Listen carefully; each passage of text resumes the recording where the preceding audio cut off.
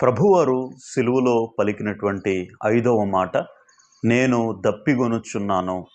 ప్రపంచాన్ని సృష్టించినటువంటి దేవుడు, సప్త సముద్రములను కలుగజేసిన దేవుడు, ఎర్ర సముద్రమును 2 పాయలుగా చీల్చిన దేవుడు, బండ నుంచి నీటిని ఉద్భవింపచేసినటువంటి దేవుడు, ప్రపంచానికి నీటికి ఒక ఆధారభూతుడైనటువంటి దేవుడు. ఆయన దప్పికొనడం ఏంటి? ఆయన ఎందుకు దాహం కొనాల్సి వచ్చింది?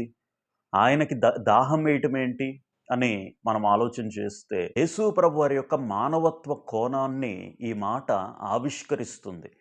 యేసు ప్రభు వారి లోకంలో సంపూర్ణ దేవుడు, సంపూర్ణ మానవుడిగా ఈ లోకంలో జీవించాడు. అందును బట్టి మానవుడిలో ఉన్నటువంటి సమస్త బలహీనతలు, సమస్త భావోద్వేగాలు యేసు ప్రభు వారిలో ఉన్నాయి. ఆకలి, నిద్ర, కోపము, మానవుల్లో ఉన్నటువంటి భావోద్వేగాలు, ఆకలి, దాహము, ఇవన్నీ కూడా యేసు ప్రభువారిలో ఉన్నాయి కాబట్టే ఆయన సంపూర్ణ మానవత్వ కోణాన్ని సూచించే విధంగా ఆయన దాహం కొన్నాడు అనే విషయాన్ని గుర్తించాలి. అలానే సంపూర్ణ దాహాన్ని మానవునికి తీర్చాలి అని చెప్పి దేవుడు ఆశించాడు. వాస్తవానికి ఈ లోకంలో అనేక రకాలైన దాహాలు మనం కలిగి ఉంటాం. పదవీ దాహము, కీర్తి దాహము, ధనదాహము, అలానే రకరకాల దాహాలు ఈ లోక సంబంధంగా కలిగి ఉన్నప్పటికీ, ఈ లోకము మనల్ని తృప్తిపరచలేదు. ఎంత ఉన్నత స్థాయికి వెళ్ళినప్పటికీ, ఏ దాహము మనం కలిగి ఉన్నప్పటికీ, ఆ దాహములు మనల్ని సంతృప్తిపరచలేవు. కానీ యేసు ప్రభువారు సమరయ స్త్రీతో మాట్లాడినట్లుగా, నేను ఇచ్చు నీళ్లు త్రాగువాడు అనేటువంటి మాట. ఆయన ఇచ్చేటువంటి నీళ్లు మనం తాగితే మనకు నిత్య జీవం వస్తుంది.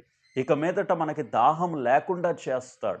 ఇక మీదట మనకి నరకములో కేకలు వేస్తూ దాహము కోసం అల్లాడిపోయేటువంటి ఆ యొక్క ధనవంతుడు లాజరు దగ్గర మరి నీటి కోసం అర్రులు చాచినట్లుగా మనము నరకపు బాధలలో అల్లాడిపోకుండా, నరకములో దాహపు కేకలు వేయకుండా, మనము సంపూర్ణ దాహము తీర్చబడే విధంగా మనకి దాహము వేయకుండా ఉండాలనేటువంటి ఉద్దేశంతో యేసు ప్రభువారు ఇక్కడ దాహం కొంటూ ఉన్నాడు.